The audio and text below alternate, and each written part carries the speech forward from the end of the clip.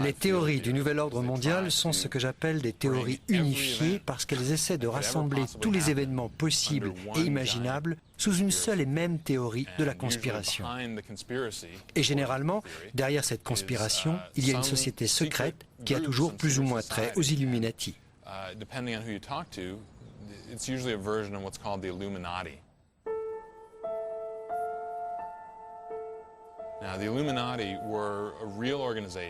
Les Illuminati ont réellement existé au XVIIIe siècle en Europe.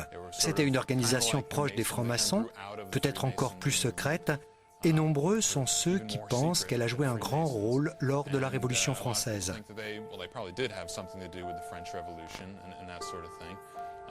Selon des sources historiques, les Illuminati ont existé pendant une quinzaine d'années, avant d'être découverts et éliminés par la police pour leurs idées subversives.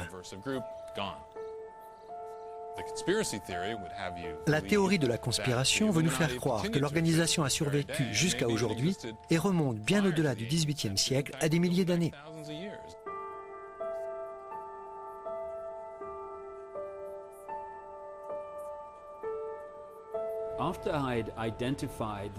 Quand j'ai réussi à identifier comment le monde était gouverné aujourd'hui et par quelles organisations, il m'est apparu clairement qu'un tel réseau n'avait pas pu se mettre en place en 5 ans, ni en 50 ans.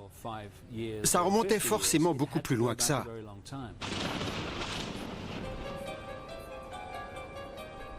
Le nouvel ordre mondial semble dater des débuts de la civilisation.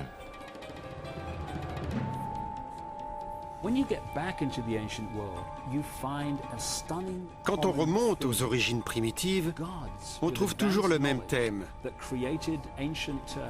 Des dieux omniscients qui ont créé une ancienne civilisation avancée que l'archéologie et l'histoire moderne n'arrivent toujours pas à expliquer. Ces dieux d'origine reptilienne se sont reproduits avec l'humanité pour créer une race hybride de demi-dieux.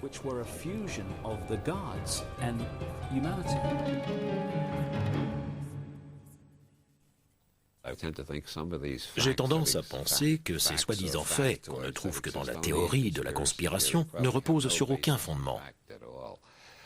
Mais j'aime la théorie selon laquelle des extraterrestres ont débarqué il y a 4000 ans sur Terre pour se reproduire avec des humains et contrôler le reste de l'humanité. Ça a un petit côté angoissant qui me plaît beaucoup.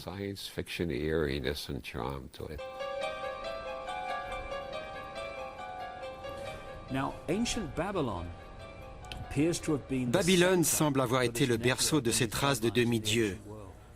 Quand ils sont arrivés à Rome, il y a eu l'Empire romain. Quand ils sont arrivés à Londres, il y a eu l'Empire britannique. Leur descendance s'est dispersée aux Amériques, en Afrique et en Australie, jusqu'en Chine. Quand on établit la filiation des personnes au pouvoir dans le monde aujourd'hui, comme le président des États-Unis, et il s'agit là de généalogie pure, sans rapport avec la conspiration, on voit les mêmes lignées réapparaître encore et encore. Quand on connaît l'obsession des Illuminati pour la filiation, toutes les pièces du puzzle se mettent en place. Ces Illuminati, qui sont en gros plus intelligents, plus beaux et plus forts que le reste de l'humanité, tirent toutes les ficelles. Mais s'ils existent vraiment depuis 2, 3, 4 ou 5 000 ans, on se demande pourquoi ils n'ont pas encore pris le pouvoir depuis le temps.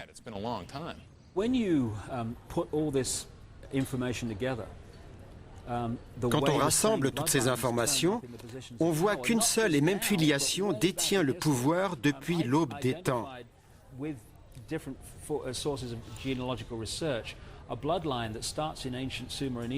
J'ai identifié avec différents généalogistes une lignée qui commence dans l'ancienne Égypte et remonte jusqu'à George W. Bush et Al Gore.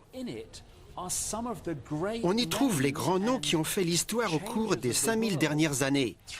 C'est incroyable.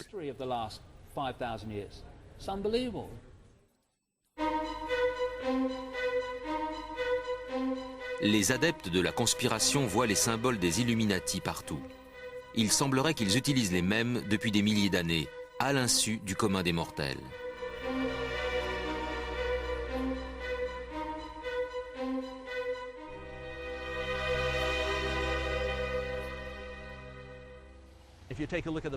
Sur l'envers d'un billet de $, il est écrit Novus Ordo Seclorum, c'est-à-dire le nouvel ordre pour les siècles. On y voit une pyramide, un symbole qui n'a rien d'américain. Je vais vous montrer un billet d'1 $ et vous faire une démonstration. Regardez, c'est à peine lisible, mais ça dit bien Novus Ordo Seclorum, le nouvel ordre pour les siècles. C'était le projet d'Hitler et c'est inscrit au dos des billets de banque américains. L'œil de la pyramide est également appelé l'œil d'Horus, l'œil de Lucifer. C'est ça qui nous attend. Quant à l'histoire de la conspiration des billets d'1 $, j'ai toujours trouvé ça absurde. Si conspiration il y a, pourquoi faire une telle publicité ? Les théoriciens de la conspiration ont l'air de croire que les conspirateurs ont deux occupations. D'une part conspirer, et d'autre part laisser des preuves derrière eux pour se faire repérer. C'est ridicule.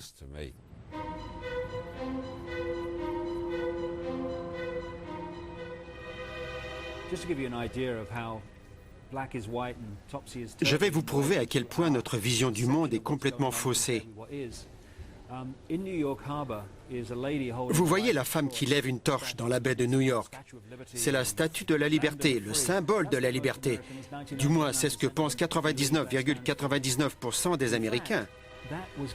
En fait, c'est un cadeau des francs-maçons français, un symbole des Illuminati qui signifie « Nous dominons le monde, mais comme vous ne connaissez pas notre langage secret, nous vous l'offrons comme le symbole de la liberté.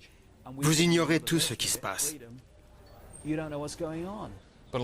Ça vient sûrement du fait que de nombreux membres de notre gouvernement étaient adeptes de la franc-maçonnerie, comme les fondateurs de notre pays. George Washington était maçon. Il y a un tableau célèbre qui le représente avec son tablier maçonnique. Un grand nombre des signataires de la Déclaration de l'Indépendance étaient francs-maçons. Et je crois qu'au moins 16 de nos présidents, je ne connais pas le nombre exact, l'étaient également. Avec autant de maçons au pouvoir, ce n'est pas étonnant de trouver des symboles maçonniques ça et là. Mais cela signifie-t-il pour autant qu'une conspiration maçonnique vise à gouverner les États-Unis ou le monde ?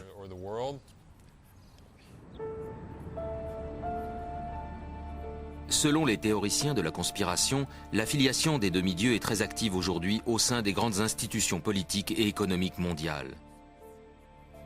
À travers des réseaux d'influence comme le Council Foreign Relations, le groupe Bilderberg ou la Commission trilatérale, les Illuminati cherchent à perpétuer leur descendance et à dominer le monde.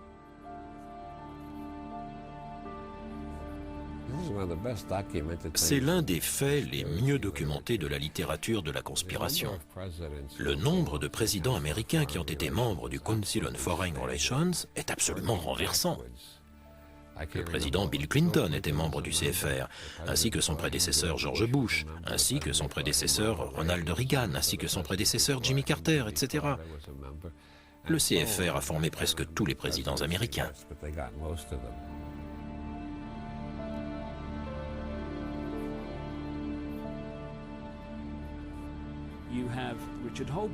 Richard Holbrooke, l'ambassadeur de Bill Clinton, était membre du groupe Bilderberg, de la commission trilatérale et du CFR. Il était rattaché au ministre des Affaires étrangères Warren Christopher, CFR trilatéral. Et le ministre de la Défense était rattaché à William Perry, groupe Bilderberg.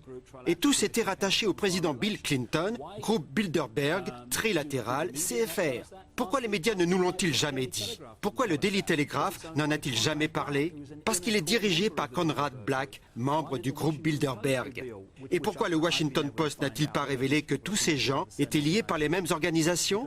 Parce qu'il est dirigé, du moins officiellement, par Catherine Graham, groupe Bilderberg, trilatéral, CFR. Et les trois grandes chaînes américaines ABC, CBS et NBC sont dirigées par des membres de ces trois organisations.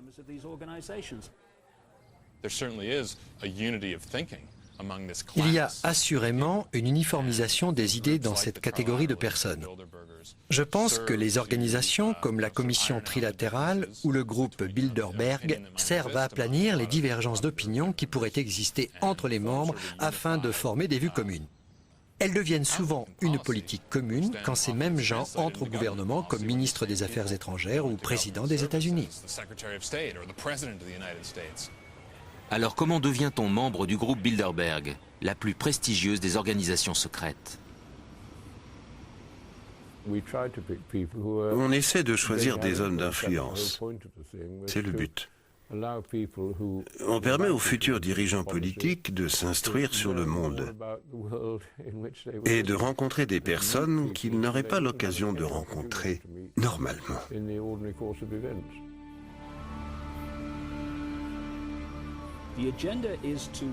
Leur but est de créer un pouvoir global centralisé qui régirait tous les secteurs de la société. Pour une raison très simple, le noyau dur de ce réseau n'est composé que d'un très petit nombre de personnes comparé à la population mondiale.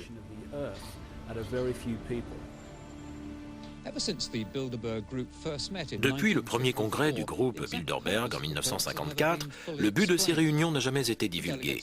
Les délégués se rencontrent pour 3 jours de débats secrets dont rien ne transparaît jamais. Le caractère secret, ou privé le mot est plus juste, de ces réunions a toujours été bien préservé. Mais inévitablement, ça a donné lieu à des théories de la conspiration des deux côtés de l'Atlantique. Les Américains y ont vu un complot destiné à ébranler les États-Unis, et les Européens ont dit que c'était une tentative de renverser les gouvernements de gauche en Europe et en Amérique du Sud. Ça n'était bien sûr ni l'un ni l'autre. Néanmoins, les congrès annuels du groupe Bilderberg continuent d'attirer les suspicions. En 1998, la conférence a lieu en Écosse. Un journaliste audacieux tente de s'y introduire.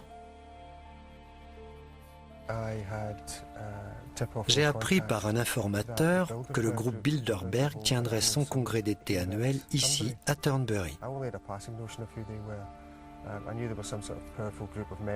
Je savais vaguement qu'il s'agissait d'hommes et de femmes de pouvoir qui se réunissaient chaque année. Partout aux alentours, il y avait des policiers en uniforme ou en tenue de combat qui bouclaient les lieux.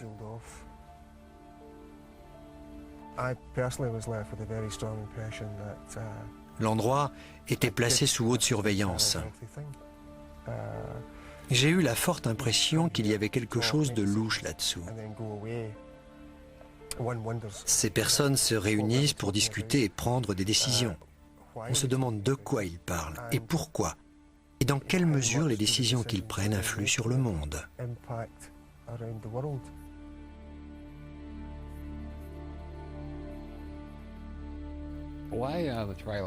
Pourquoi la commission trilatérale, le CFR et le groupe Bilderberg sont-ils aussi opaques? J'ai tourné et retourné la question dans ma tête pour essayer de trouver une alternative aux théories de la conspiration qui soupçonnent ces gens de comploter d'affreuses choses contre le reste de l'humanité. Et je pense que la réponse est qu'ils complotent effectivement des choses qu'ils ne tiennent pas à divulguer, pour la bonne raison que chacun a droit d'avoir des secrets. Pas question d'examiner leurs comptes ou leurs recherches. Il y a un aspect secret qui réside dans la nature même d'une organisation et qui veut qu'on ne divulgue pas grand-chose, même si c'est inoffensif. La peur est en grande partie inspirée par la jalousie. Les gens ordinaires n'ont d'ailleurs pas peur de nous. Mais les journalistes veulent vendre du papier. Et si pour ça il leur faut inventer une conspiration, ils n'hésitent guère.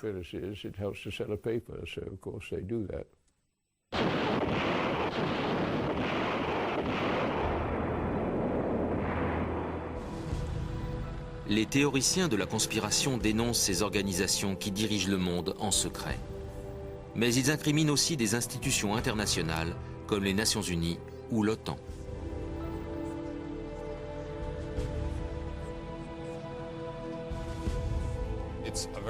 La plupart des lobbies de droite de ce pays tendent à croire que les Nations Unies sont une organisation politico-militaire. Ils pensent qu'elles ont pour but de prendre le pouvoir par la force aux États-Unis afin d'établir un gouvernement mondial unique grâce à l'OTAN, leur bras armé.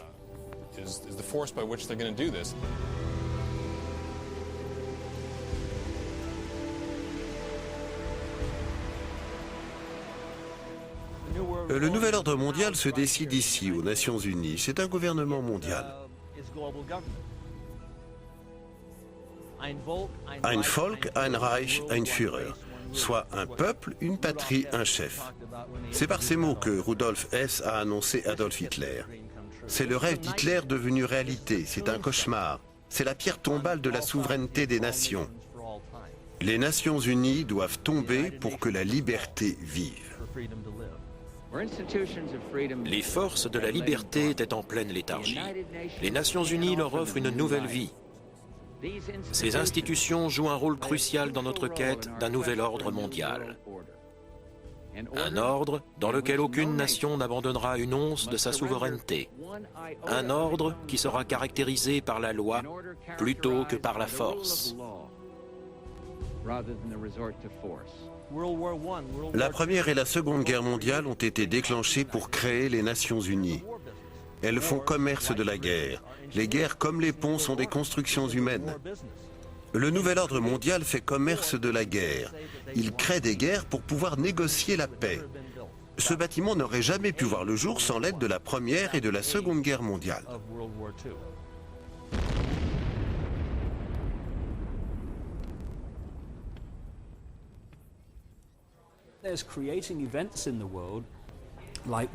Il déclenche des événements comme les guerres et les attaques terroristes, les dévaluations et les krachs boursiers, pour que la population les appelle au secours. Et ensuite, ceux-là même qui sont secrètement responsables du problème proposent des solutions à la demande du peuple. C'est l'un des leitmotifs des théoriciens de la conspiration. Ils vous diront à propos des Nations Unies, les Nations Unies sèment des foyers d'insurrection et d'opposition à travers le monde entier pour pouvoir intervenir et prendre le pouvoir. C'est un prétexte pour s'ingérer à l'étranger. Quand on entend ça, on peut penser que ce n'est pas entièrement dépourvu de bon sens, parce que ça s'est déjà vu. Mais on peut se dire aussi que tout ça entre un peu trop facilement dans les cases de la conspiration, et qu'il y existe peut-être une approche différente, un peu plus originale et sûrement plus édifiante.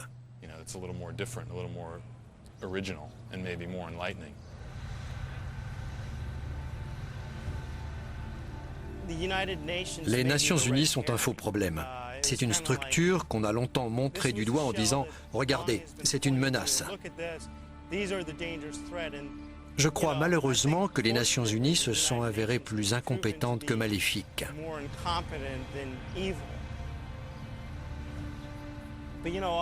Jusqu'à récemment, on nous brandissait les Nations Unies sous le nez et pendant ce temps-là, tranquillement, l'Organisation mondiale du commerce fixait les règles du commerce international, tandis que le Fonds monétaire international et la Banque mondiale dessinaient l'économie mondiale et dictaient leurs exigences aux pays en voie de développement. Tout cela au seul profit des grandes multinationales. On se dit alors qu'il y a eu beaucoup de battages autour des Nations Unies pour créer une diversion.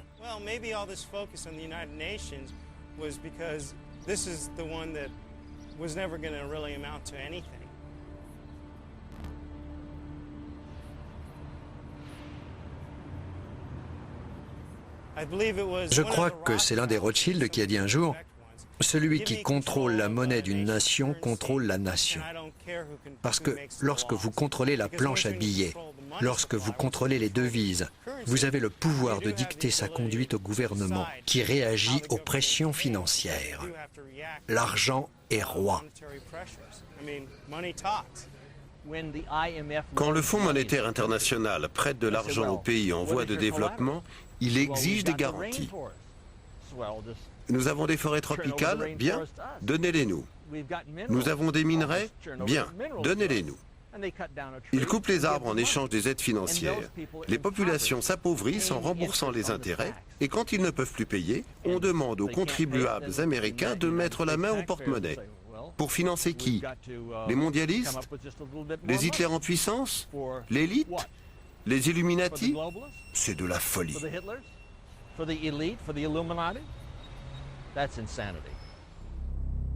Est-ce là le but ultime des Illuminati? Cherche-t-il à contrôler l'économie mondiale pour contrôler le monde? Des centaines d'antimondialistes essaient d'empêcher la Banque mondiale et le Fonds monétaire international de se réunir. À chaque coin de rue, les manifestants ont formé des chaînes humaines pour tenter d'empêcher les réunions d'avoir lieu.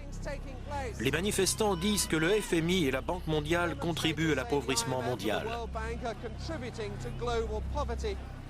Pourtant, les deux organisations ont pour ordre du jour d'étudier les moyens de réduire la dette des pays les plus pauvres. Les manifestations anti-FMI étaient une réaction à la globalisation du pouvoir et une rébellion à l'idée que la politique économique mondiale puisse être décidée par un petit groupe de gens qui servent leurs propres intérêts. C'est un peu la définition même d'une conspiration. On parle beaucoup des Nations Unies, de l'OTAN, de l'OMC, du FMI et de la Banque mondiale, mais ça ne sert à rien de se focaliser sur ces structures. Qu'on le veuille ou non, le phénomène continuera d'exister à travers les institutions actuelles ou de nouvelles institutions. Le vrai problème est de savoir pour qui travaillent ces organisations et quels intérêts elles servent.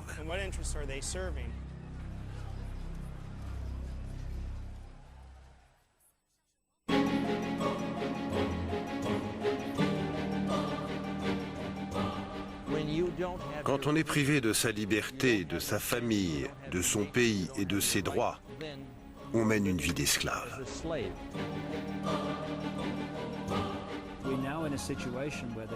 Nous avons enfin une bonne visibilité de la situation. Nous disposons d'une courte fenêtre de tir pour mettre du sable dans l'engrenage. Il faut que l'humanité prenne conscience de ce qui se trame, ce qu'elle n'a pas eu la capacité ou le désir de faire jusqu'à maintenant. Car si nous ne réagissons pas très vite, alors le nouvel ordre mondial deviendra une réalité.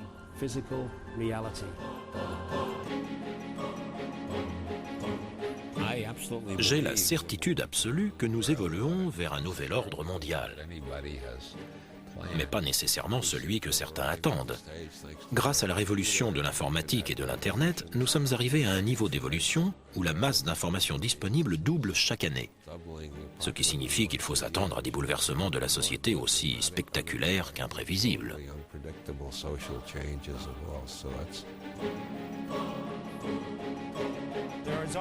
Le peuple a toujours été contrôlé par une structure autoritaire. On pourrait argumenter qu'au cours des 50 dernières années, cette autorité s'est accrue, quoique de manière plus subtile. Mais elle a toujours existé. Alors, prétendre qu'il n'existe pas derrière une sorte de société secrète, aux vues mystiques, serait faire preuve d'un manque de réalisme.